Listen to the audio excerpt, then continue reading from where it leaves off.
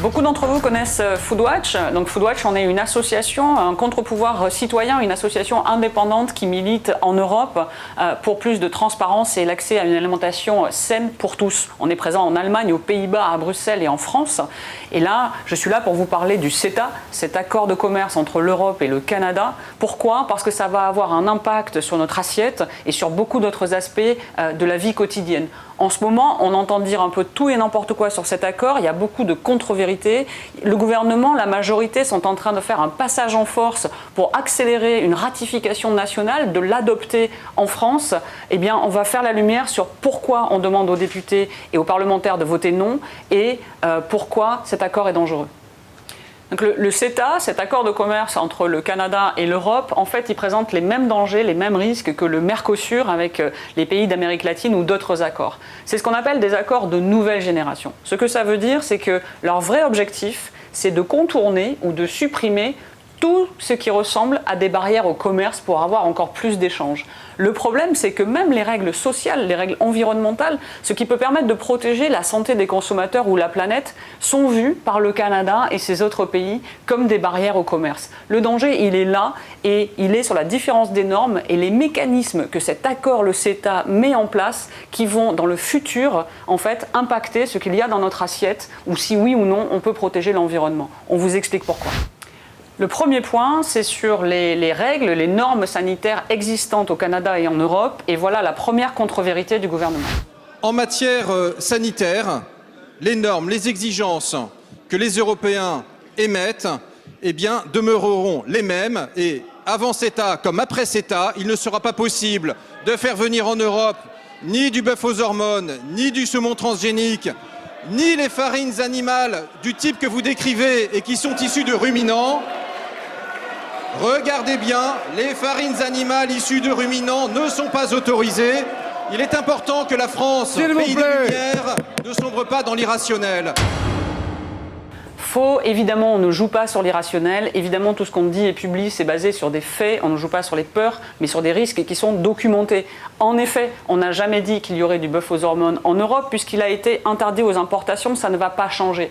Le saumon OGM est interdit également. Il n'y a pas d'obligation d'étiquetage au Canada, il faudra qu'il y ait des vrais contrôles. Mais ça ne va pas changer pour les règles. Néanmoins, il y a eu des contre-vérités dites par la majorité sur les farines animales. Oui, le bétail au Canada est nourri par des farines animales. Oui, les antibiotiques utilisés comme activateurs de croissance sont autorisés au Canada et on peut importer ce bétail. Voilà, ça ce sont des réalités. De même qu'il y a plus de 40 molécules pesticides autorisées au Canada qui sont aujourd'hui interdits en Europe mais qu'on peut retrouver dans les produits qu'on importe. Donc ces réalités-là, c'est sur les normes d'aujourd'hui. Il y a un décalage sur les normes, c'est vrai. Mais le plus grave, en fait, le plus grave, c'est pour le futur. C'est l'impact que le CETA peut avoir sur nos normes du futur. Et ça, c'est ce qu'on va démontrer. Alors non, on ne joue pas sur les peurs. Le deuxième point, et c'est bien là que les risques du CETA sont les plus importants, ça porte en fait sur le futur de nos normes sociales et environnementales. Parce qu'il y a un problème et un risque à la fois d'abaissement et à la fois de paralysie. Pourquoi ? Parce que le CETA, finalement, il représente une arme de dissuasion massive. En fait, on nous dit, la Commission européenne, le gouvernement n'arrête pas de répéter « ne vous inquiétez pas, le droit de réglementer est respecté, les États, la France, l'Europe pourront continuer à prendre des décisions sans aucune inquiétude ». Eh bien, c'est faux. Et c'est faux tout simplement parce que demain, quand on voudra décider par exemple d'interdire un pesticide, le glyphosate, si enfin on y arrive en Europe, par exemple d'interdire un additif, par exemple d'avoir une obligation d'étiquetage supplémentaire sur les OGM dans les produits transformés, eh bien si on décide une de ces mesures-là, on pourra être attaqué à la fois par le Canada en tant que pays partenaire et par un investisseur basé au Canada. Pourquoi ? Parce qu'ils vont dire c'est une barrière au commerce et avec le CETA, vous n'avez pas le droit de rajouter une barrière au commerce. Il y a donc deux épées de Damoclès qu'on met au-dessus de notre tête. L'épée de Damoclès numéro 1, c'est que le Canada, en tant que pays, en tant que partenaire de cet accord international qu'est le CETA, sera renforcé, pourra d'autant plus nous attaquer une décision française ou européenne pour protéger les consommateurs ou la planète. Avec le Canada, pas de dumping social, pas de dumping sanitaire, pas de dumping environnemental. On n'a évidemment rien contre le Canada, mais c'est tout le contraire. Pourquoi ? Parce que le Canada, comme beaucoup d'autres pays, ne reconnaît pas le principe de précaution européen. Le principe de précaution, c'est quoi ? Ça veut dire que quand on a un doute scientifique, quand il n'y a pas, on n'est pas sûr qu'un produit est dangereux ou pas dangereux, mais qu'on a une indication sur le fait qu'il est peut-être dangereux, alors on a la chance en Europe de pouvoir prendre une décision politique pour dire, dans le doute, on va protéger la santé des citoyens, on va protéger l'environnement et on va prendre une mesure pour interdire un produit. Par exemple, le glyphosate, c'est pour ça qu'on se bat, mais c'est aussi pour ça que l'additif E171, le dioxyde de titane, a récemment été interdit en France. Eh bien, ce principe de précaution, il est vu par le Canada et par beaucoup d'autres pays comme une barrière au commerce. Donc, ils cherchent à l'attaquer. Et dans la réalité, le Canada a déjà attaqué l'Europe. Il y a une vingtaine d'années, quand on a décidé d'interdire les importations de bœuf aux hormones, le Canada nous a attaqués devant l'Organisation mondiale du commerce. Ils ont aussi attaqué quand l'Europe a mis un moratoire sur les OGM. Et le problème, c'est qu'à chaque fois, ils ont gagné. Parce que l'OMC, l'Organisation mondiale du commerce, ne reconnaît pas non plus le principe de précaution.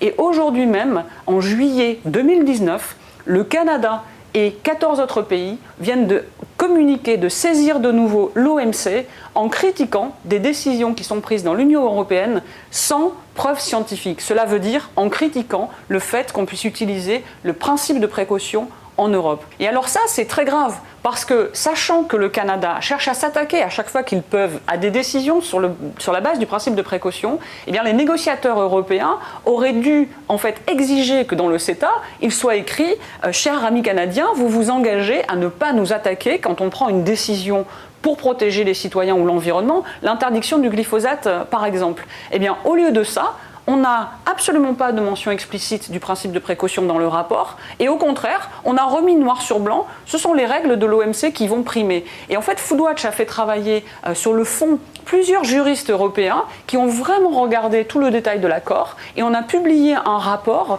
qui redit exactement ça et qui démontre chapitre par chapitre dans le CETA pourquoi non, le principe de précaution n'est pas protégé dans cet accord. Et ça, on ne doit pas laisser passer, ça doit être une ligne rouge. Et d'ailleurs, un exemple concret de ce que le Canada a en tête. Ils n'ont pas attendu longtemps. En fait, le CETA met en place plusieurs comités thématiques où, justement, les Canadiens, les Européens vont parler des normes et comment les harmoniser. Un de ces comités, sur les produits sanitaires et phytosanitaires, en fait, concerne les OGM, les pesticides.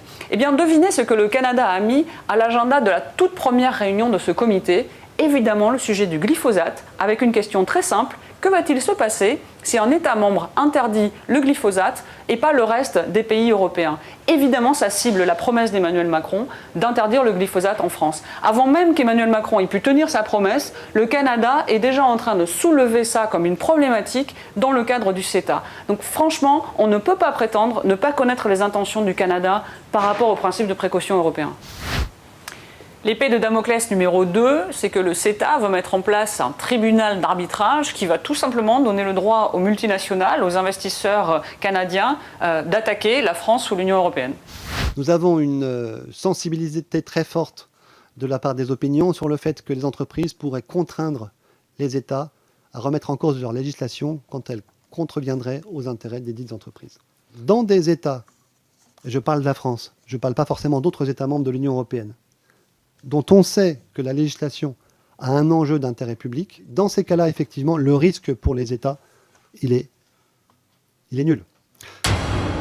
C'est faux, en fait. Je ne vois pas comment on peut dire que le risque serait nul, vu que, de facto, le CETA va mettre en place ce tribunal d'arbitrage qui donne des droits seulement aux investisseurs étrangers, c'est-à-dire que les États, l'Union européenne, ne peuvent pas faire appel, ne peuvent pas avoir de recours face à ce tribunal. C'est seulement les multinationales, les investisseurs basés au Canada, en l'occurrence, qui pourront attaquer une décision politique d'intérêt général. Là encore, pourquoi pas l'interdiction du glyphosate, l'interdiction d'un nouvel OGM, une nouvelle obligation d'étiquetage sur les produits alimentaires, toute décision qu'ils verraient en fait comme un obstacle au commerce et quelque chose contre leurs intérêts. Alors on nous dit, mais ne vous inquiétez pas, en fait ils ne pourront pas attaquer sur tous les sujets, pas sur l'environnement, pas sur la santé, sauf que qui va décider de ça ?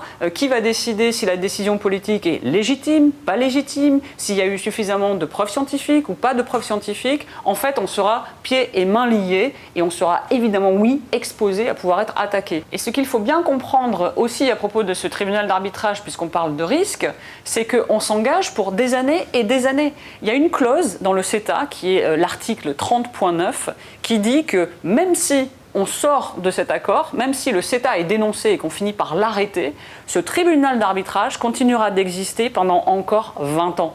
On a vraiment envie de ça? Alors quand on regarde tous ces faits, j'avoue qu'on a énormément de mal à comprendre comment on arrive à tel point à des conclusions différentes que celles de la majorité qu'on écoute. Arrêtons de fantasmer sur ce que n'est pas le CETA. Admettons qu'il ne met personne en danger. Ayons un débat de qualité, prenons tout le temps qu'il faut, votons dès mardi et j'espère ratifions ce traité. Alors avoir le temps d'un débat démocratique sur cet accord, c'est vraiment tout ce qu'on demande, vu le manque de transparence sur ces négociations et vu les enjeux de cet accord qui vont bien au-delà du commerce. Malheureusement, ça n'est pas tellement le cas avec une sorte de précipitation sur la ratification de cet accord en France. Et puis alors surtout, penser que ça n'a aucun danger après toute la liste des risques qu'on vient de revoir et qui surtout ont été confirmés par la commission Schubert, une commission d'experts indépendants qu'a voulu Emmanuel Macron juste après son élection et qui a rendu ses conclusions en 2017 en confirmant évidemment un nombre important de ces risques, y compris sur le fait que le CETA, c'est un accord vivant. Donc on va le signer aujourd'hui et c'est pour toutes les prochaines années que cette harmonisation des normes ou ce blocage des normes vont s'opérer. Donc on met vraiment le doigt dans un engrenage pour de nombreuses années. Et enfin, ce qui est complètement incompréhensible, c'est qu'il n'y a même pas de bénéfices économiques ou de bénéfices sociaux qui soient probants en face. C'est-à-dire qu'il n'y a pas d'études d'impact qui soient crédibles et de toute façon, elles se contredisent. Il y a des études d'impact qui disent qu'il y aura un peu d'avantages économiques pour certaines filières, mais pas beaucoup. D'autres qui disent qu'on va carrément perdre 200 000 emplois. Donc vraiment, quand on voit le niveau de risque de ce que ça risque coûter pour les droits sociaux, pour l'environnement, pour la planète, par rapport à ce que ça peut apporter, on se pose vraiment la question, mais pourquoi est-ce qu'on se tirerait une balle dans le pied et qu'on ferait ça? Pourquoi est-ce qu'on accepterait de jouer à la roulette russe avec la protection des citoyens, la protection de la planète? Ça n'a aucun intérêt, d'autant qu'on fait déjà beaucoup de commerce avec le Canada. On n'est pas en train de dire on ne veut pas d'accord de commerce ou on ne veut pas faire du commerce avec le Canada. On est en train de dire le CETA en l'état, c'est non. Les risques sont trop importants et il faut revoir la politique commerciale européenne et il faut être cohérent. Je ne veux plus d'accords commerciaux internationaux qui alimentent le dumping social et environnemental. Et en tant que dirigeant européen, je le refuserai partout où je n'aurai pas les garanties sur ce point.